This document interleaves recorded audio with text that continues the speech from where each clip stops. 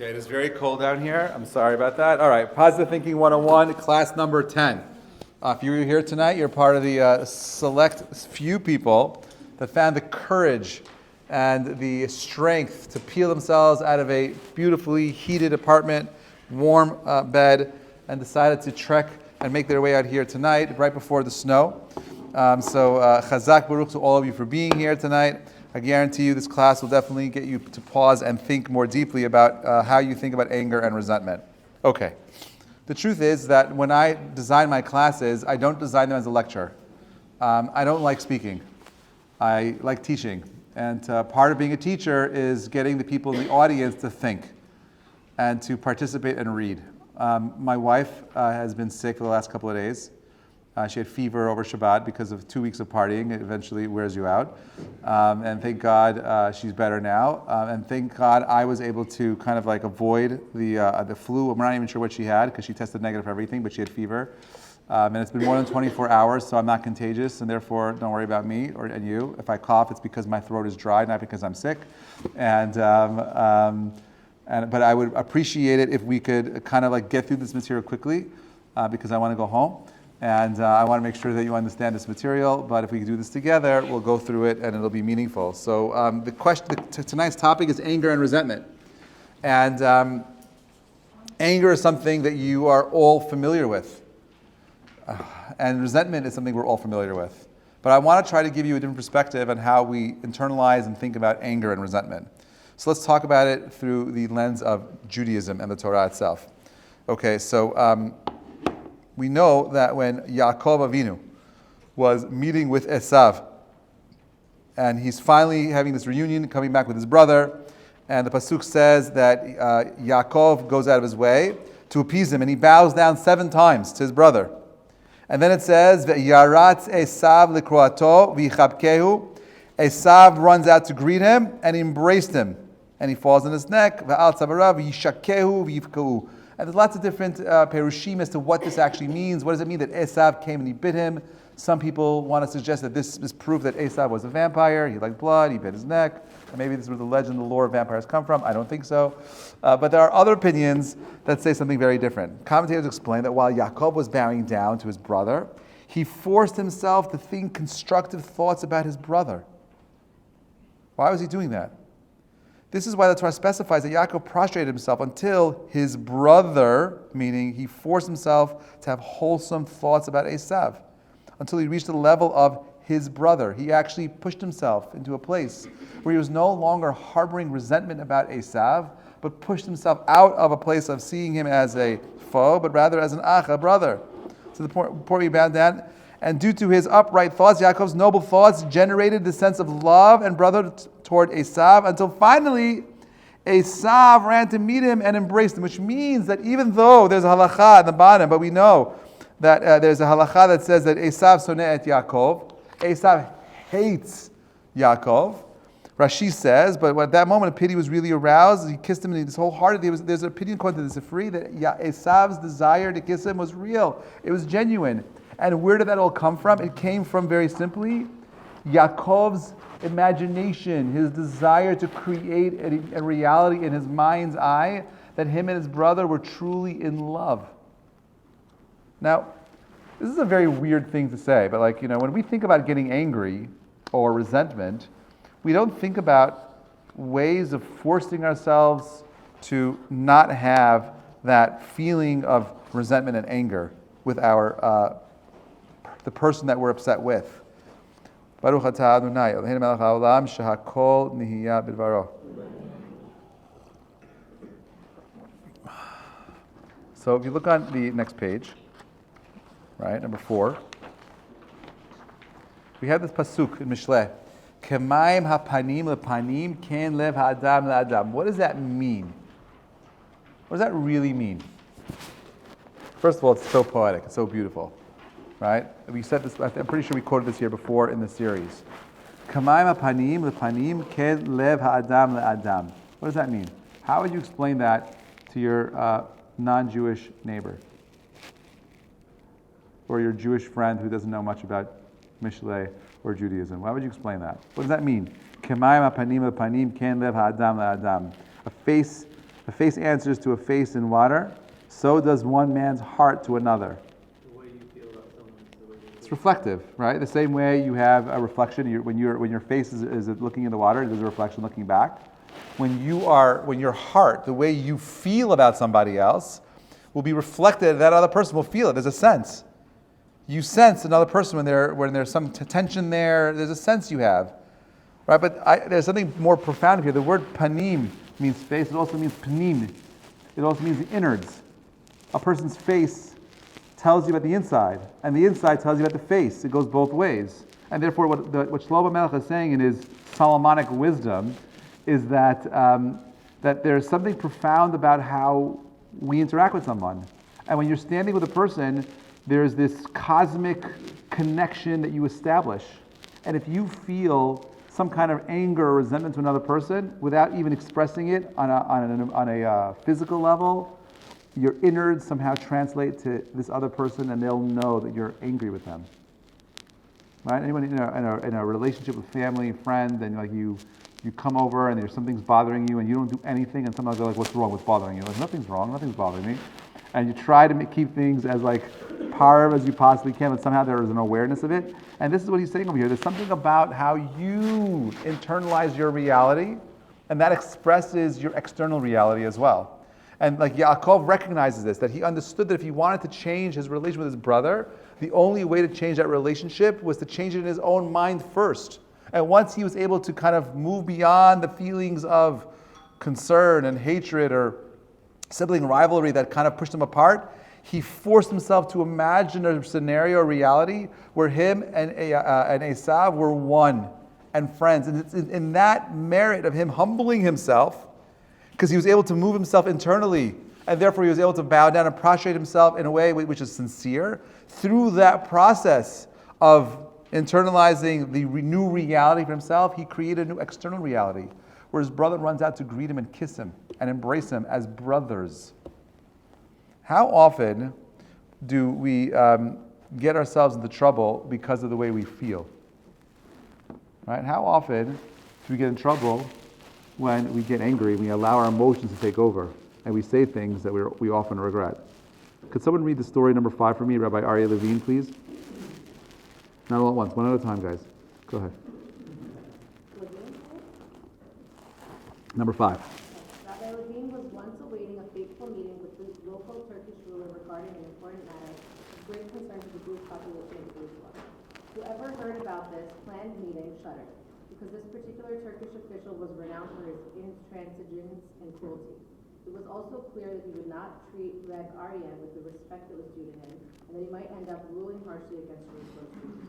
When the meeting was over, Reb Aryeh emerged from the official's office in a jocular mood. He told those surrounding him that Baruch Hashem, the meeting had gone very well. They were all amazed at how Reb Aryeh had managed to penetrate the heart of this Turkish official, who was known to be so brutal. Reb Aryeh explained that the night before the fateful meeting, he had imagined in his mind the confrontation between himself and the official. He imagined himself taking pity on that wicked bureaucrat for all the evil actions and decisions he was forced to make as a result of his harsh personality. By the time Reb Aryeh came to the meeting, he was filled with compassion for this man. And when the official saw that Reb Aryeh was not confronting him with a combative attitude, he listened to the rabbi's request and found no difficulty in fulfilling it. Right, he disarmed him. Right, you walk into a meeting, you're expecting to have this ruthless rabbinical figure come in and like crush you. So he's naturally going to be on guard. And then when he kind of disarms them by love and kindness and recognizing that his harsh personality is an expression of something else, he completely changed the whole entire dynamic of that conversation. Right? How often are we just reacting to our environment? Or how often is our environment reacting to us? Which one is it? Think about it for a minute. Are you causing your environment, your mitziyut, to respond to you because of the way you're responding to it? How often do we get into arguments with our parents, siblings, for silly things? And we do this simply because we've created a narrative in our head that, oh, like my mom, she just said that, she's triggered, she's triggering me. Why is she saying that? She knows I don't like that. She's going there again. I told her not to. She's so inconsiderate, she's so insensitive, whatever it is, and it keeps going on and on and on and on. And so where's the issue coming from? Is it coming from our parents' insensitivity? Or is it coming from us translating, us interpreting our parents in a way that creates more hostility? There's a difference between anger and resentment. Could someone read number 1 for me? Numbers, it's 6. Anger is an immediate, intense emotional response to a specific provocation or harm caused by another person. Anger is usually a short-term feeling that arises from being hurt or humiliated. It's an outward emotion that's often expressed through words or actions, and anger, being a natural response to perceived mistreatment, signals that something is wrong and needs attention. Okay, so anger, we understand it happens. Like sometimes I get angry. Like I was driving my car here today, actually the other day, and I was on full self-driving mode, and my Tesla hit, I guess it gets to a train station, and I guess there's like this weird, crisscrossy signals on the floor that it doesn't know how to read, so it starts to jerk around, doesn't know what to do.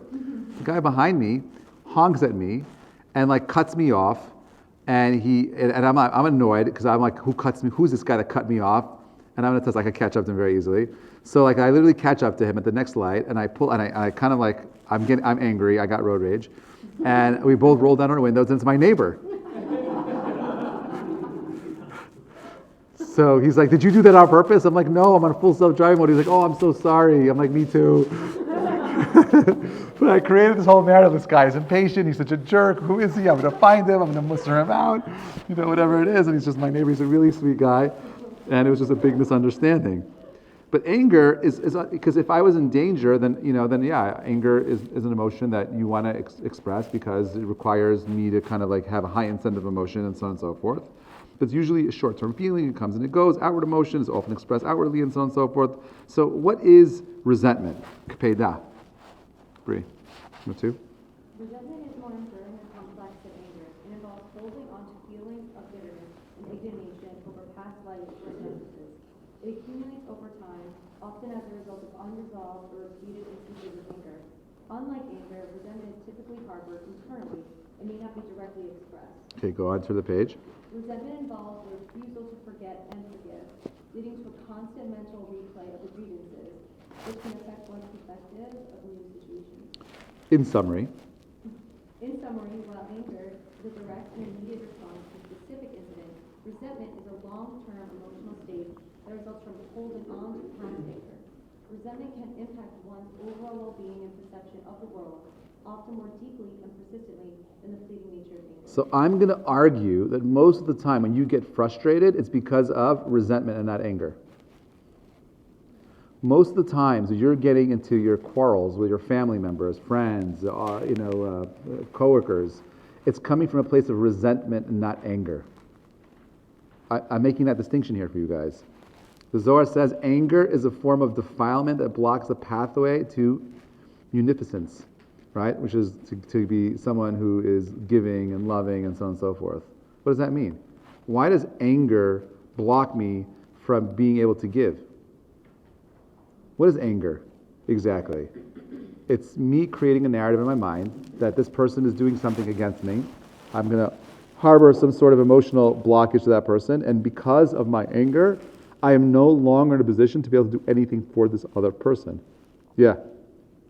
On the note of Yes, sir. and then going back to Yaakov, it sounds like I'm more resentment and he has anger for his brother because he built up over a long Correct.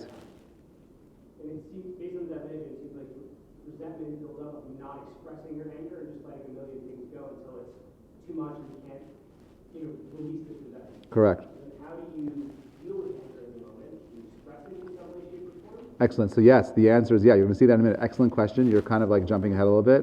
That means you're thinking. I like that. So, but yes, we're going to deal with how to deal with anger because resentment is something that we could all control. Right? I can understand anger. It's the moment, you had a situation, this person gave you the finger. I was on the train the other day and some guy came up to me and he said, "Oh, you're Joe," whatever it is, and I got angry, whatever it is, so I'm going to say something, and like whatever it is, anger is a natural one-off moment that could come, and it happens sometimes, and I'm not saying we have no control over it, because in Judaism, we'll see very, very soon that, of course, you have to control your anger as well, but I would argue that most of the time when you're getting frustrated, When you're using the word, I'm feeling angry right now, what you're really expressing is resentment. Now, resentment is something we could all can control because it's in the past. I'm carrying it with me, right? Well, how do I deal with my past issues? Why is that resentment that's built up for so long?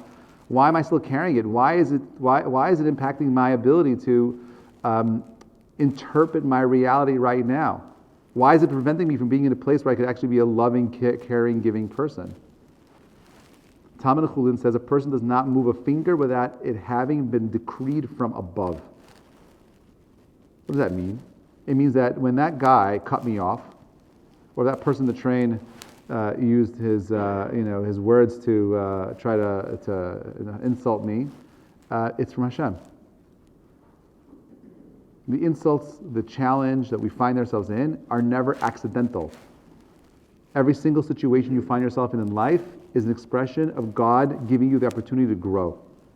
And therefore, a finger does not move without God. That means that everything that happens is from Hashem. Look at number 9. Hashem causes good things to happen through good people and bad things to happen through evil people. Now, if you're someone who's carrying resentment, right? Can Hashem use that person to create challenges for another person? You think the guy in the train that was is he angry or is he carrying resentment? He doesn't know me. He's got issues. It's not real anger. He's got resentment. He doesn't understand the situation in Israel, and he's and he has a very myopic way of interpreting the Middle Eastern politics, and therefore he's carrying resentment. He's not angry. Sometimes resentment can lead to anger, but the core of it is just resentment. He's just an anti-Semite. But Hashem causes good things to happen through good people and bad things through evil people. And we know that one who becomes angry is akin to idol worship. If we allow ourselves to become people that are angry, that carry resentment, we can do bad things. The Gemara says, I didn't put in here, it says that when a person becomes angry, it says that the Spirit of God leaves him. It says that insanity takes over. Why? Because usually it's an expression of resentment, which you have control over. And again, like this is a very, very straightforward conversation. The Rambam in Hilchot Deot says as follows: it says that in the regulations of traits, a person should seek the path of moderation, right? The Shlav HaZahav, being neither overly this nor that, but balanced. However, with regard to anger, this rule finds its exception. Anger is a pernicious and destructive emotion, one that should be diligently avoided. It is advisable that a person train themselves to resist the stirrings of anger, to remain calm even when provocations arise. For in the mastery of one's temper, there lies great wisdom of self-discipline. It is within the grasp of a person to choose tranquility over wrath, to respond to challenges not with heated impulse, but to be with considered calmness. That is what you can do. But how many of us spend time really thinking about, well, how do I take control of my anger or my resentment? How am I choosing how my environment is going to respond to me?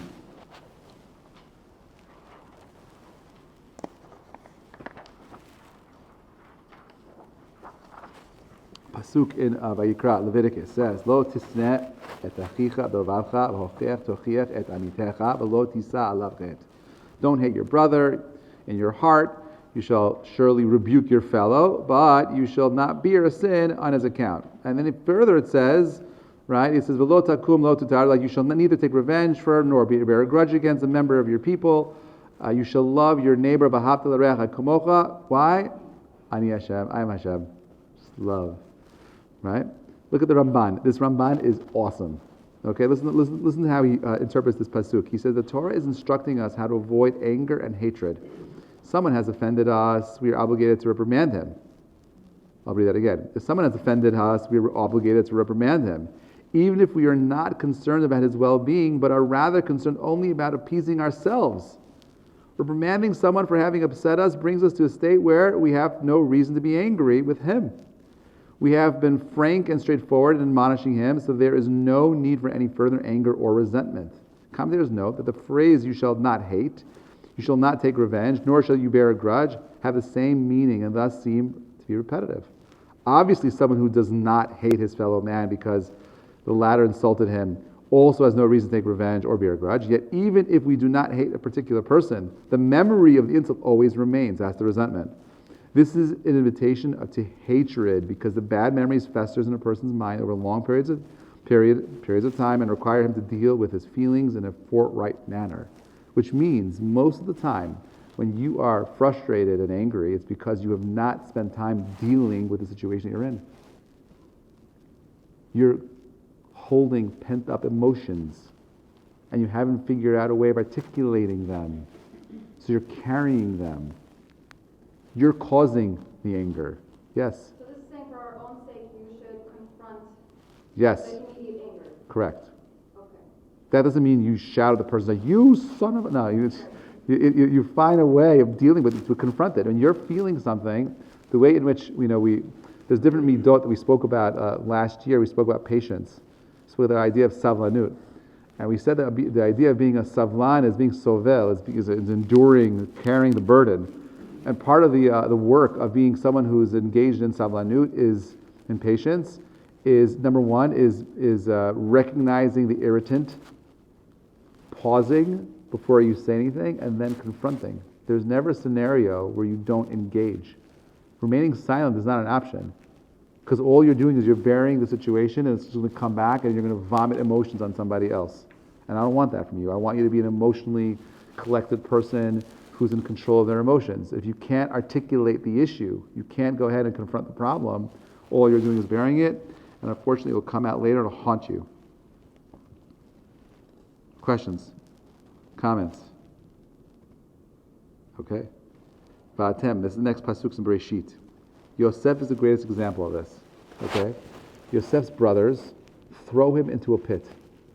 Right? According to everything we just read, sounds like it's become God. God wanted it to happen. So why are they punished? Well, they didn't have to choose that. You still have an option of how you're going to respond. They had resentment towards their brother. Why? What did that resentment come from? It was an expression of their jealousy. Yaakov gave him too much attention. He was really good looking. He had these crazy dreams. He was really intelligent. His mother was loved more than their mothers. They had all kinds of resentment issues that was there. And then God kind of like pushes them a little bit. That's the test. The resentment is the test. Sometimes God can put hatred into someone's heart to test them. Okay? You can feel a resentment towards someone else as a way of being able to grow from that experience and not allowing your emotion to define that scenario. Okay? And they failed. But how does Yosef respond to the brothers? Was he broken? Did he carry resentment? Was he angry? No. He did not blame them. He had every excuse for them. He was like, they were jealous, they misinterpreted, they thought I was doing something wrong. He found every reason to forgive them. Even when he was testing him when they came to him? Yes, even though he had every right, by the way, why didn't he fight back? He could have fought back. He could have pushed them back. He was a strong guy. He could have ran. Why didn't he run away? He saw the whole thing as an expression of God challenging him. There is no scenario, there's no moment in your day where you are confronting the world around you where you're not being tested. Period. Yosef has the title Tzaddik because he lived in that reality, where he understood more than anyone else in the world that every moment is really a choice about how I'm going to respond to my environment. Viktor Frankl. All I am is my choices. All I can control is how I'm going to respond emotionally to my situation that I'm in. That was his reality. That was his world. He lived in that reality. And therefore Yosef says, Va'atem chashavtem alai ra'ah. You wanted to do bad to me. However, Elokim chashva l'tovah. That was his world. You wanted to do bad, but God really had the whole time. I knew it was all good because he doesn't believe in bad. He believes that everything, that he's going through is an expression of God's goodness. There is no bad. There's just my interpretation of the world, which is bad. And that's a high level to live in. But you don't have to live in a world of resentment or pain. So many people are in pain because they're carrying that resentment. Let go. Move on. It's all good. It's all going to be good. If you read the news, then you know that there were 2 more hostages that were killed today.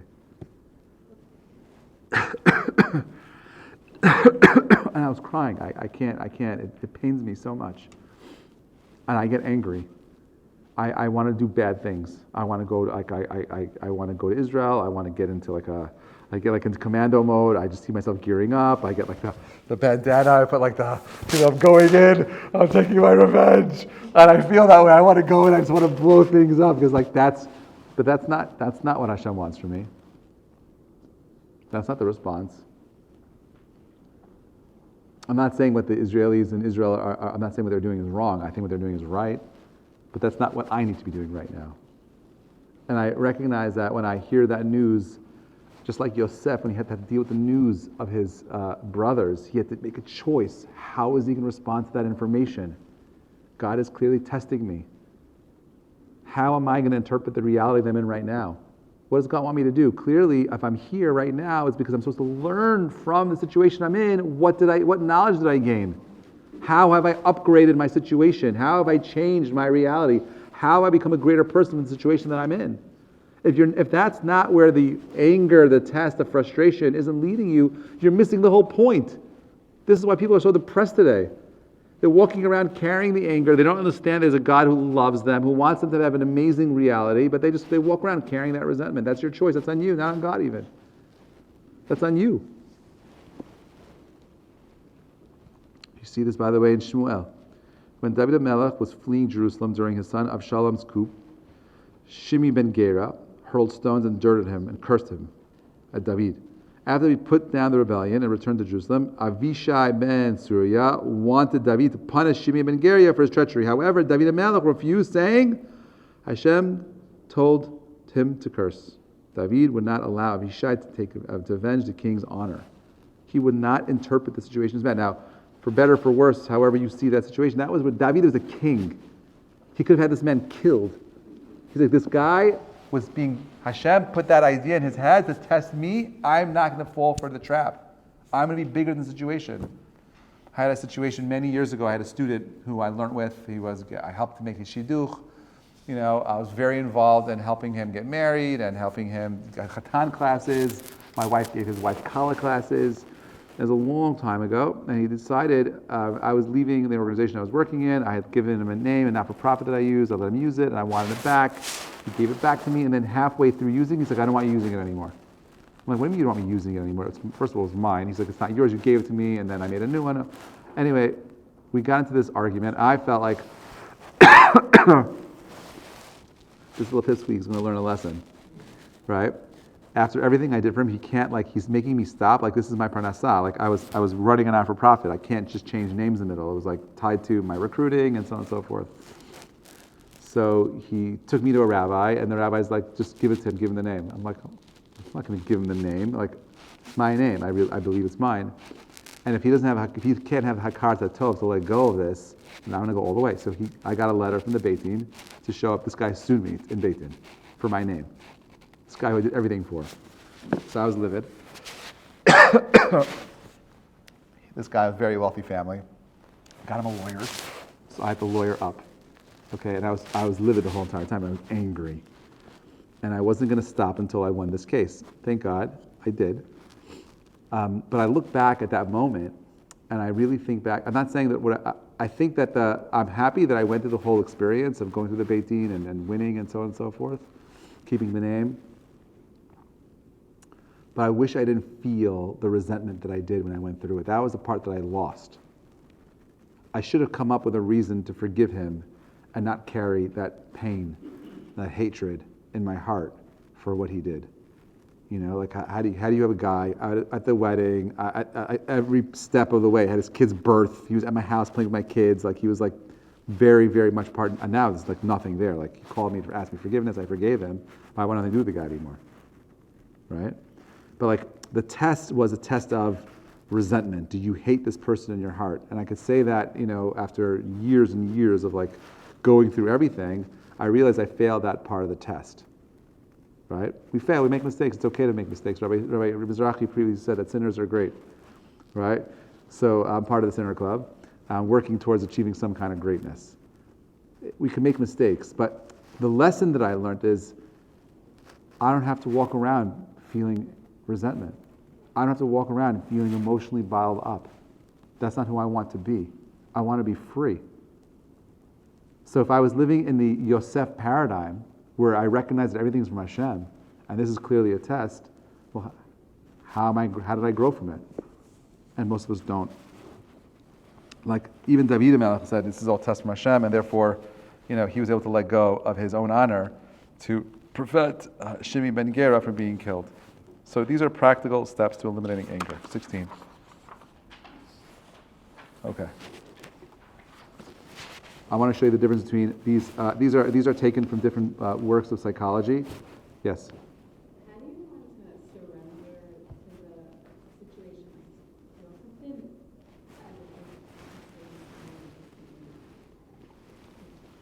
There's never a scenario where you shouldn't speak up.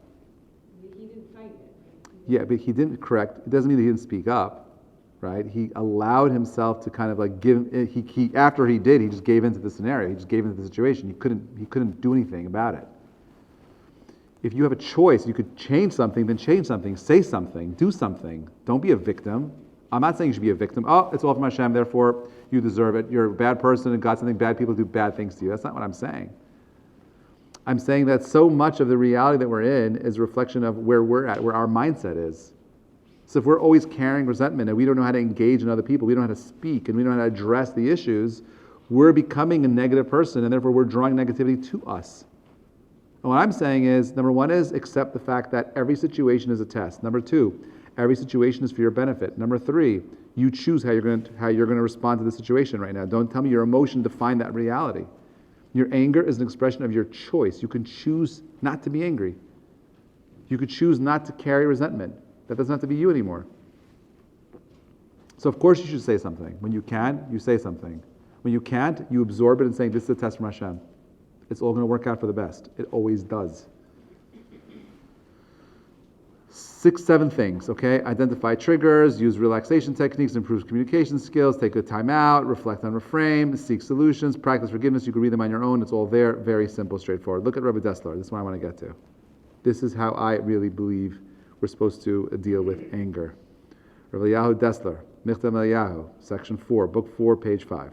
How can a positive thought influence another person? This happens because there is another dimension in which people's souls are intertwined. The dimension is not bound by time or space. The souls of all mankind are bound together, and the spiritual roots of their lives are dependent on one another. What's he saying? In relation to our conversation today, what's he really saying? It's the idea of the mirrors again. We're just reflecting each other. We're reflecting each other. So that means, how do you change the reflection? Do you wait for the reflection to make the change? Or do you make the change?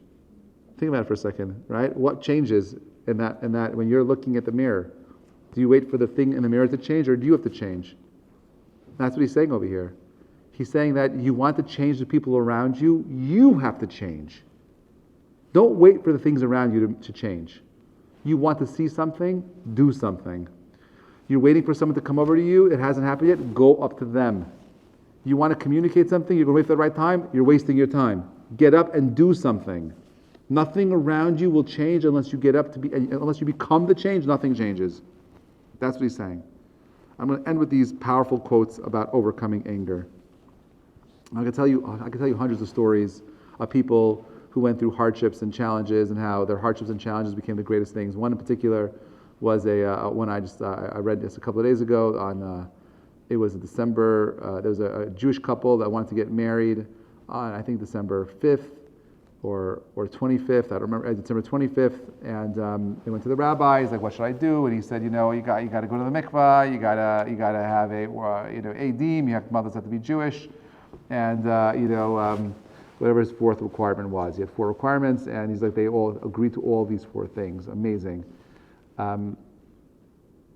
Turns out that, the 4 things, none of them had to be married before. It turns out she was married for 6 hours. She told the rabbi, "Listen, we annulled the wedding, there was a big mistake, whatever it was, this and that." But she's like, "Did you ever get a get?" He's like, "I never got a get." He's like, "You got to get a get." And now that you got to get a get, you can't get married for 90 days. Okay? And the wedding was within the 90 days. So they're like, listen, we spent all this time, we're going to go on this vacation, we're going to go away, and blah, blah, blah, whatever it is. He's like, I'm sorry. He's like, you agree, these are the 4 things. He's like, I can't do the wedding unless, so they had to push the date of the wedding. They pushed the date of the wedding. It came out like on January 25th, January, whatever it is, 15th, and then 2 weeks later, they went on their honeymoon. Okay? Turns out that the date that they were supposed to be on their honeymoon, they were supposed to be in the Indian Ocean on a cruise, and that's when the tsunami hit, and the people that were on that cruise were. So it seems like a horrible thing, right? There's hundreds of stories. I could just tell you stories like that. Okay, I don't like telling stories like that, right? You understand? Meaning, there's no scenario that you find yourselves in that is bad. It's just how you're going to respond to it. Oh, okay, well, these are my values. This is what I do. The rabbi said so. I'm doing it. That's it. Done. How many business deals? Tell you the story. I've told you the story before. It's a great story. I had a guy who I was learning with over here, and he says to me, Rabbi, I want to become religious. What do I got to do? I'm like, you can't talk to me unless you you got to start keeping kosher. For me, it's all about kosher first, right? So we start learning about kosher. He's like, Rabbi, what am I going to do when I go out with my friends? I'm like, keep a little can of tuna in your pocket.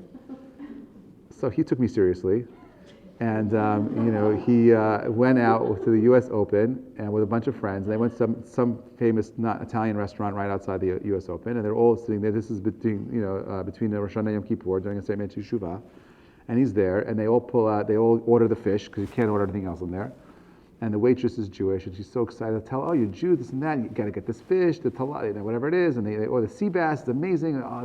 Sea bass, we're going to get the sea bass. And he says to the lady, listen, can you just give me a plate? And he pulls out a can of tuna. And his friends are like, are you dim? You're carrying tuna. What are you doing? Get the sea bass. You're crazy. Your rabbi's brainwashing you. Blah, blah, blah. Okay? They finish their meal, and he's got the tuna there and a glass of water. And he's like, listen. The waitress comes in, she's like, oh yeah, the sea bass is amazing. And they're like laughing at this guy. And she's like, yeah. She's like, our chef has this amazing technique. He kind of like fillets it, and then what he does is before he puts the skin back on, he coats it with bacon. And these guys are all bugging out because it's like, oh my God, it's Yom Kippur in 3 days, and we just had fish with bacon in it. And this guy is sitting there laughing at them, right? Because he's doing what was right at that time. Right? It's just there's story after stories of people that you're put in a situation, you're being tested. Every situation is a test. Wake up. Every situation is a test, and the question is, how are you going to respond to the situation that you're in? Don't be frustrated. Don't be angry. Don't carry resentment. That's all you. You're in control of that. You're feeling it. Start working on it. Do those practices. Identify the triggers, techniques, improve your communication skills because they're all connected over there. Go through the 7 things. Find something. Work on it. That's your avodah. What are you working on? Are you working on identifying the triggers? Are you recognizing the triggers? Can you say, hey, Ma, can I call you back right now? Because I'm being triggered. I'm going to call you back right now because I don't want to respond to you. Can I call you back? I'm getting an important phone call right now. And go, to breathe and take a time out and reflect, reframe, seek solutions, practice forgiveness, move on. Recognize that everything, we're all intertwined and somehow there's a cosmic reason for the situation that you're in right now. Listen to these 8 powerful quotes of anger. I love each of them. Find one. Put it on your phone. Wake up to a reminder with it, especially if you're struggling with anger and resentment. These things are going to change your life. Ready? Holding on to anger is like drinking poison and expecting the other person to die. 2, the best fighter is never angry. For every minute you remain angry, you give up 60 seconds of peace of mind. Anger does not solve anything. It builds nothing, but it can destroy everything. You will not be punished for your anger. You will be punished by your anger. Speak when you are angry, and you will make the best speech you'll ever regret. Anger is an acid that can do more harm to the vessel in which it's stored than to anything which it is poured. The greatest remedy for anger is delay. Wait a minute. Pause. That's where Sabanut comes in. You choose. You want to start working on positive thinking? Well, how are you taking control of your resentment and anger? If you start absorbing this idea that everything around you is from Hashem. There is no bad. There's only good. And there's only your response to the situation that you're in. You will see your worlds changing around you. Stop carrying the resentment. You have the situation comes up, address it, articulate it. Why are you saying it like that? Are you okay? Give the person the benefit of the doubt. Are you having a hard time today? Are you okay? What's wrong? Are you upset? Where's it coming from? Where's it coming from? Create a scenario in your head. You'll change the people around you. If someone's coming at you, they're barking, you could change the situation. You could disarm them. You could be so creative. This, by the way, that power of disarming is really a feminine power that is lost in this generation. We become all very masculine. An issue, destroy it. Attack it. My mother is a genius. She's a wizard at this stuff. She could sit someone down who's barking at them and twist them and turn them into her best friend. She'll have no idea what's happening to them. Right? It's that Rachel woman that had those terrorists eating out of the palm of her hand. That's the power. That's what she did. She just completely was panim el panim. She related to them. Okay? She created a new narrative for them, felt bad for them, and she twisted the whole scenario. She shouldn't be alive to tell the story. But here's a person who's control of her situation, control of her reality. And my friends, I want to empower each of you. You are in control also. Don't allow anger and resentment to get in the way of you living a life of awesomeness. Have an amazing night. Bezrat Hashem, we'll continue the conversation next week. Questions? Yes. Yes. So, you said that whatever happens to you was sent from God. Yes. Okay. So, how about when you make a mistake to other people? Yes, that's a problem. So you should do. That's what you have to do. You have to do teshuvah. When you make mistakes, by the way, sometimes the mistakes that we make, that same Rav Dessler and the same Zohar, sometimes we create a kpeidah, right? Resentment on other people, right? And therefore, they're blocking sometimes our ability to move forward because of their resentment. And therefore, it's your responsibility to try to change it. When you make a mistake, you have to do teshuvah for it. How do you do teshuvah for it? Very simple. You find that person and you try 3 different times, 3 different occasions to ask them for forgiveness. Say, this is what happened, I'm sorry. This is what happened, I'm sorry. 3 different times. This is what happened, I'm sorry. The 3rd time you finished, know that you did everything in your power, it's not on them anymore. It's not on you anymore, it's on them.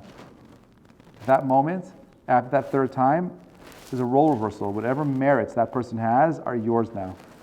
You've upgraded yourself spiritually. You did your part. But if you feel that you've wronged someone, you've angered them, and you were the cause of someone else's frustration, you could do your teshuvah, and you could flip the whole situation around. Doing nothing is not an option. The only thing Yom Kippur forgives is between you and God. When it comes to our relation with people, this is why, by the way, the next month in Adar, the mitzvah of Adar is to go out and give shalach manot. To whom? The people that we're struggling with, not our friends, not your family. The people you're supposed to give shalach manot are the people that you're angry with, the people that you have beef with, the people that you have a tiff with. Correct. Don't come to me. I'm just joking. So, but that's why the rabbis get so many people coming to their houses all the time. Oh, that rabbi, I'm going to give the biggest shalach manot. I'm like, oh, look at this. It's so special. But yeah, it's going and finding those people. The avodah of Adar. By the way, the month of Shvat. If you look back at the classes we did about the months, Shvat is a very interesting month. People that are born in Shvat are generally very quiet. They're generally very introspective. They're very loyal, make very good friends. But you cross them, they'll never forgive you for it. Right? Whereas the month of Adar is the opposite. The month of Adar is someone who is very open and outgoing, and someone who is super loving, caring, and forgiving. They both have every month has their own greatness and weakness to it, but they're opposite months. This is the month that closes the darkness of the winter, and Adar is the month that begins the light of the summer and the spring. It's different opposing forces that are here. And therefore, the avodah now, as we're coming to the end of the winter, where we're alone and locked up in our homes, right? The introspection that's supposed to happen right now is, well, who do I want to be in the summer? That's why gym memberships go up in January, right? But I'm not talking about the physical gym. I'm talking about the spiritual gyms should be packing up around now, because now is the time to say to myself, you know what? I've gone through this for X amount of years of my life. I don't want to be the same person next year. How am I upgrading my reality? How am I growing? How am I becoming something more? Part of that is doing an accounting of the soul accounting, and looking back at the people that you've wronged, because God forgave you, for sure. You're forgiven for everything between you and God is forgiven. Yom Kippur was done, clean. Whatever mistakes you had between you and God is over in the last 4 months. But the things that we carry with us are the things that with other people. Forgive those people or ask them for forgiveness and move on. And then create space for you to work on the things that matter the most. Does that answer your question? Any other questions? My pleasure. I have one. Did you have one? No. You sure? Okay, with the Rabbi Dessler citation, positive thoughts influencing other people, and you're all told to be kind in a different space and time. Yeah. But what if like that person is on a different wavelength and you still want to influence them? Like they're on a different spectrum from you. If part sees part, like how do you? Yeah, you totally can. I mean, like, there's a, I have a story of this rage girl, one of my students in this organization I used to run a long time ago. And she was, I've said this story before, but it's worth repeating. She decided that the only thing she could do was light candles. So she took lighting candles super seriously. She lit candles every single Friday at her office, at her desk. Even it was after Shabbat, whatever it was. She took lighting super serious. But when she was home, she did not like lighting candles because her father was totally anti anything religious. Like a communist, hated it. And he'd make fun of her. He'd make the TV loud. Like he'd blow out her candles after she made it really. But she was super consistent, never said anything bad to her father, just did her thing and super positive. Like he's going to get it, he's going to get it, he's going to get it, he's going to get it, he's going to understand it. I did their wedding, and she told me before the chuppah, she's like, Rabbi, she's like, remember I told my father was so anti it? She's like, now, she's like, when I come home on Friday, my father gets everyone quiet, he turns the TV off, he gets everyone, if anyone talks, he yells at them, he organizes my candles for me when I come home, he wants to hear me light them. He said he started going to shul on Friday nights now. She's like, I've been doing this for 7 years. I've been fighting with him for 5. The last 2 years, he's finally came on board, and now he started going to the Knesset because of my wanting to light candles. I never said a word to my dad. That's an example of someone who's just doing what they got to do. They're doing their positive thing.